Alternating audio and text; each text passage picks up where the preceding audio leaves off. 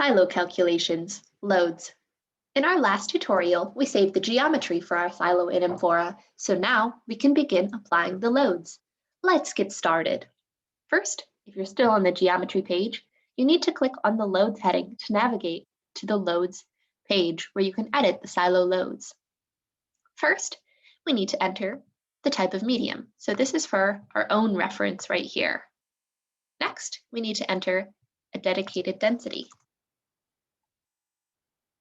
For each dry bulk medium, there are dedicated pressure and wall friction coefficients. We can enter them right here. Standard Amphora uses our default material factors, which actually covers quite a lot of them. But any other materials used should also have tested values filled in here or obtained from the EN 1991 standard. You also should enter the bottom load magnifying factor. If you need help with this step, you can click on More Info for a little bit of extra information. And lastly, enter the design temperature. For your reference, we've included a table of factors here from the standard. Next, the pressure. We can start by entering our design pressure and design vacuum. We can fill this in here and indicate whether or not it is short-term or long-term from the drop-down on the side. Again, we can add more, click on More Info here for a little bit of extra information.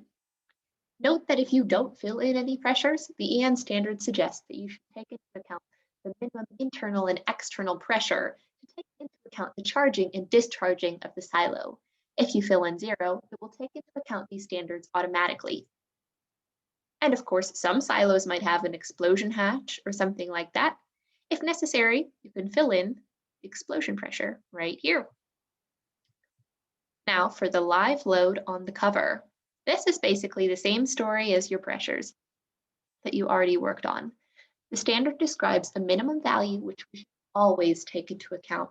So if nothing is filled in here, we will always take into account the minimum values described in the standards. Of course, if it is higher, please fill it in right here. Additional mass. There is also the possibility to add additional masses, depending on where they are located. For example, this could be on the cover, this could be on the top of the cylinder, or on the cylinder wall. For example, a hand railing or a ladder. Last but not least, the hopper outlet. For example, a vibrating bottom, which is quite common.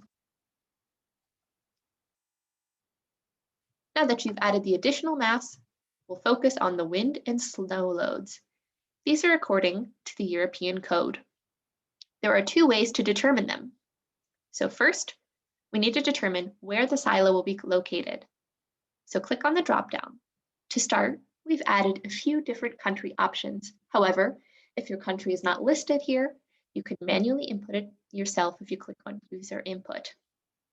In this case, you can use the national annex of these codes to look up the data you would need for that location. In this case, we will use the Netherlands. Next, you can look up the wind zone it will be located in and the terrain category. Note that next we need to enter the wind force coefficient. Standard is basically for a standalone silo. If you have a group or row of silos, you'll need to use the different wind force coefficients, this one right here. There's also a user input option where you can input a wind force coefficient yourself. Seismic loads. Last but not least, we need to enter the seismic loads. These should be according to the EN 1998 standard. This is a difficult one and depends on many different factors. If you need some more help, click on More Info. If you want to include the seismic loads, you will need to calculate the horizontal design acceleration, fill it in right here. Now that we've entered all of our information and all of our loads have been inserted into our project, we can click on Update. This will save everything that we just worked on. So at this point, you've calculated your geometry and you've calculated your loads. So it's time for you to check out our next tutorial on laminate thickness.